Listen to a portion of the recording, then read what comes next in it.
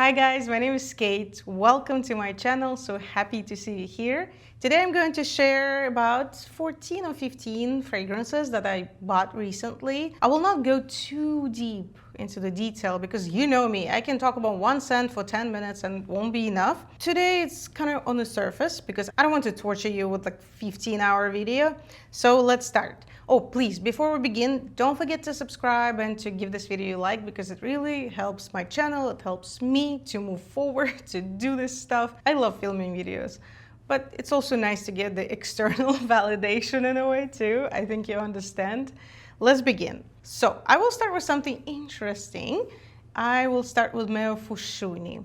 Why? Because during the ScentXplore 2025, I finally met Giuseppe Imprezzabile, I believe is his last name, the perfumer of Meo Fusciuni. This is a little song.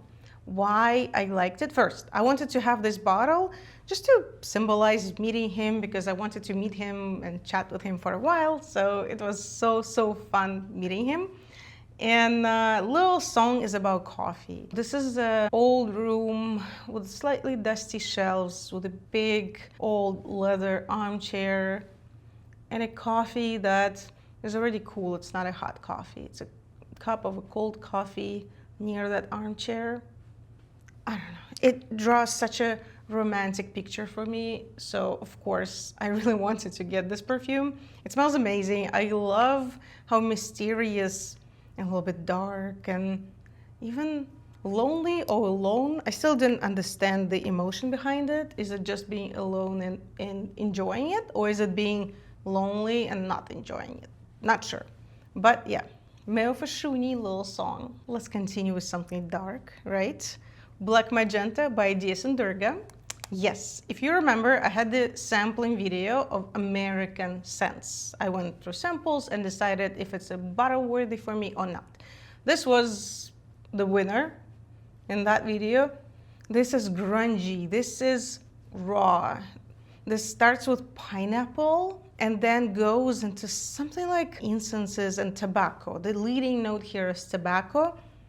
It's sharp, it's not long lasting, it's not projecting. This is one of the fragrances that is more for yourself, you know, your own enjoyment, which I love too. It's inspired by the nightlife of New York, grungy, cement, loft spaces, DJ sets. And I definitely read it. If you watch my video, without knowing anything about this fragrance, I guessed what they tried to say with it. And I think this is genius. And of course, it's something that deserves a spot on my shelf. Not sure I'm doing a good job at being brief about this scent. Everything comes out anyway. Next scent I also found during the ScentXplore, something I did not plan on falling in love with, but I did. So this is Goldfield Banks Southern Bloom. And I have a travel size because, you know, guys, if I have a chance to buy a travel size, I would prefer that because I will never use all the bottles. So this is a very luxurious white floral scent. It's hard to describe. There's also one note, it's a flower from Australia. I never smelled it, I don't know. I'll put it here so you can research if you want. It's wonderful. This scent, I thought it would be rustic or something, but no, to me it's more, I don't know, it smells expensive to me. It smells like it deserves fur and diamonds. I really like it. I cannot wait to wear this in the spring because I feel like it's a spring/summer scent. Next is something much easier. So this is Aqua Colonia, a nice cheapie, very cheap brand, Wakening Woods of Scandinavia. Really great green scent. It's more long lasting than I expected because I love their 4711, but that one lasts for like 15-30 minutes. But it's meant to. It's a cologne, it's something to refresh yourself in the morning and go on with your day. This is kind of similar. I smell citruses and wood and pine. It's very green. It smells like a green color. So you get what you see. Easy, cheap, wonderful. Love stuff like this. Every scent paid off. I really like this one. It's so easy to wear whenever you want. It's like you're in the middle of the forest. It does the job. Next is Orme. It's a brand that I'm exploring now. I have a travel size of Toi Toi Toi Extract. I love both versions, both Extract and the regular EDP. I think the EDP, right? Probably. Oh, they both are wonderful. So there is something fresh on the top of a beautiful amber base. Amber, almost waxy. Like it's a parquet, like a wooden floor that was like with a layer of lacquer or wax on top, something like this. I'm not really sure about the details, how they do it, but it smells like that.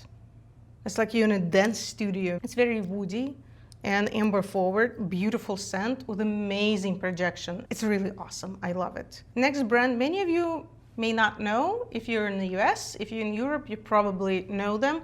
This is HFC. This one is Forbidden Whisper. Yeah, it's Forbidden Whisper.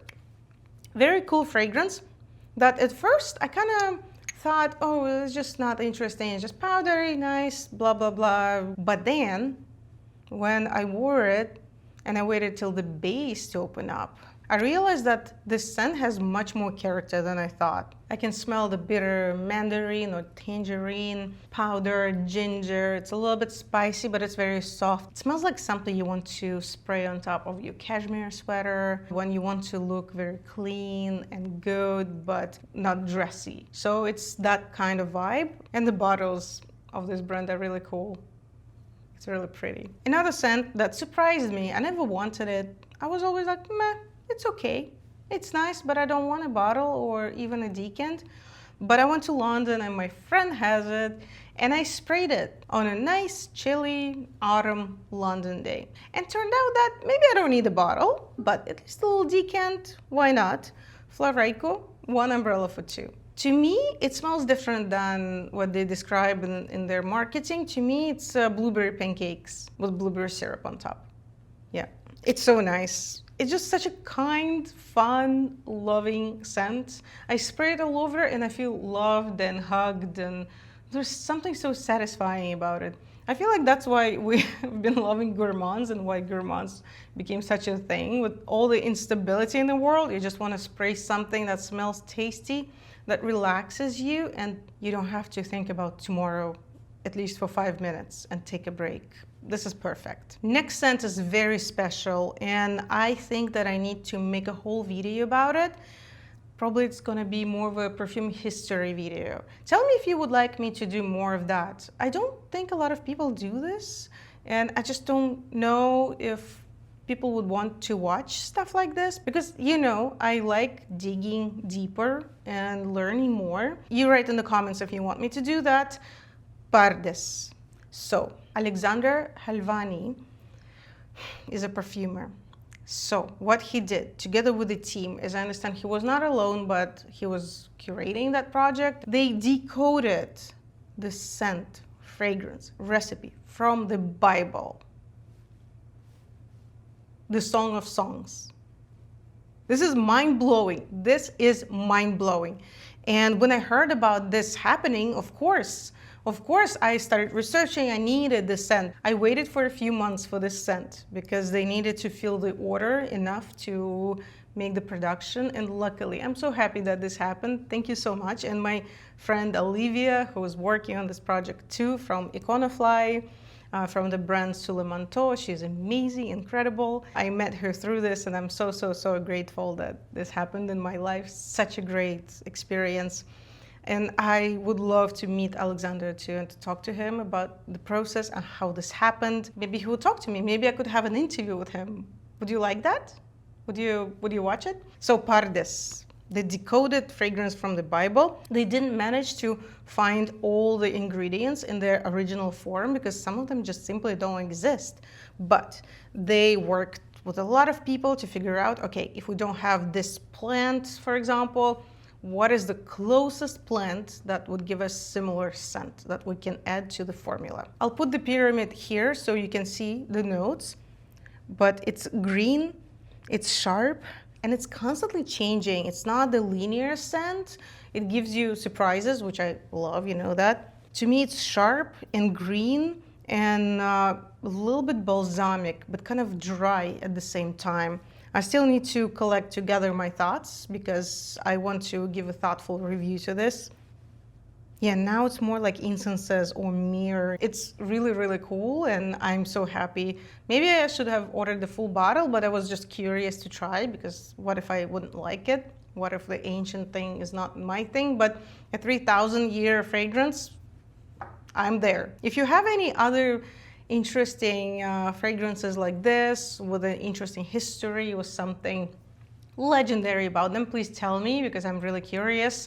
I want to explore more of this. Let's travel to Japan for a second. This is J-Scent, the sumo wrestler, and oh my god, guys. Again, at ScentXplore, I fell in love with the brand. I need half, maybe even more of their scents, but I decided to start with this one because it left the biggest impression on me. So it smells like the wax that the sumo wrestlers put on their hair. I forgot the name of it. I will add it here too.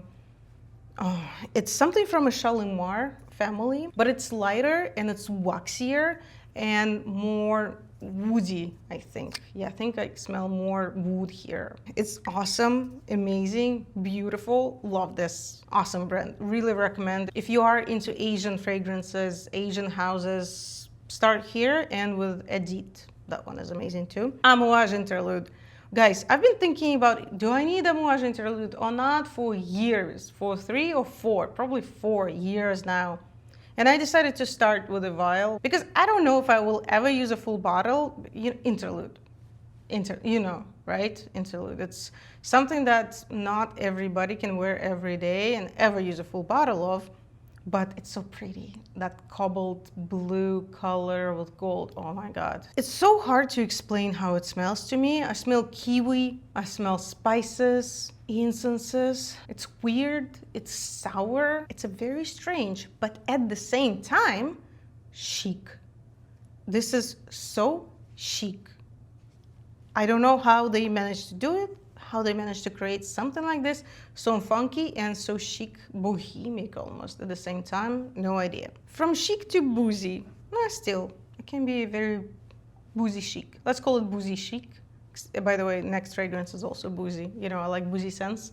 Bonne Chauffe by Frapin. This is an amazing whiskey scent, almost as good as Baraonda, but Baraonda is an icon for me. Baraonda is an icon, there's nothing better from boozy category for me, but this is close. In my collection, this is a close second whiskey scent to next to Baraonda, and this says a lot, right? What do you think? Have you tried this one? What other boozy whiskey scents you would recommend to me? Because I'm curious. I'm always on the hunt for a whiskey scent. Next, I want to show you something special. Something really special, and I have been waiting for this for a while. This is Reine de Saba, Aksoum. It's very hard to film this because, you know, nothing focuses on this, and there's a lot of writing, and the bottle is beautiful. I even put a video on my TikTok about what do you think about this bottle. Do you think it's good or not? I actually think that on YouTube there's this video too. Maybe I'll try to attach it. And because I'm curious, what do you think? What do you think about this bottle? Is it beautiful and piece of art, or is it funky? I think it's both. It's like interlude, chic and funky at the same time. And this is Dominique Ropion at its best, at his best, sorry, not its best. These are creamy white florals, like a bunch of white florals that are made in such a French, classy, light and elegant way. This is it. These are the most elegant white florals that only Dominique Ropion could make. Nobody else could make this, really. I've never seen anything like this anymore. Maybe somebody, I don't know, tell me if you could compare this to anything, but I doubt it. Next scent was actually a gift from my aunt. This is Essence, Narciso Rodriguez. You know I love Narciso. Narciso opened the world of perfumery to me. I'm forever grateful. This channel exists because I fell in love with for her. Like, that's the reason. EDT version, the black one. And this is something different. I think this has been discontinued. My aunt hasn't been using it and she just gave it to me. This is a very fresh, airy, musky scent.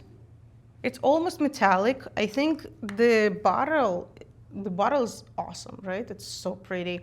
And I think the bottle reflects the scent very, very well. It's aldehydes. I think it's very aldehydic. Yeah, it's very fresh, very musky, very clean. It's just the very clean scent. There's not much I can say about it, but it's very comfortable to wear. It's like my skin but better, my clothes but better, you know, my life but better. I don't know, maybe not that. And the last fragrance, this has been a battle too for a while. I was thinking, do I need this, do I not? But every time when I saw it, I went on the counter, for example, or on a shelf at the store, I went and sprayed it. I couldn't help myself, and I realized that, yeah, I need Tommy Iommi by Xerjoff. I just need it, I guess. Man, I know Dustin, he compared this to groupie, a groupie girl, you know? And I agree. It smells like alcohol, like chewing gum, mostly like alcohol and chewing gum at the first glance to me. It's weird, it's funky, funny, it's rock and roll. It's fun. It's a fun scent, and the bottle is pretty cool too. I actually love Xerjoff design. I think they're okay. I know they get criticized, but still. It's really pretty and a fun scent that stays forever, actually. This thing stays forever on your skin. It will never leave you once you sprayed it.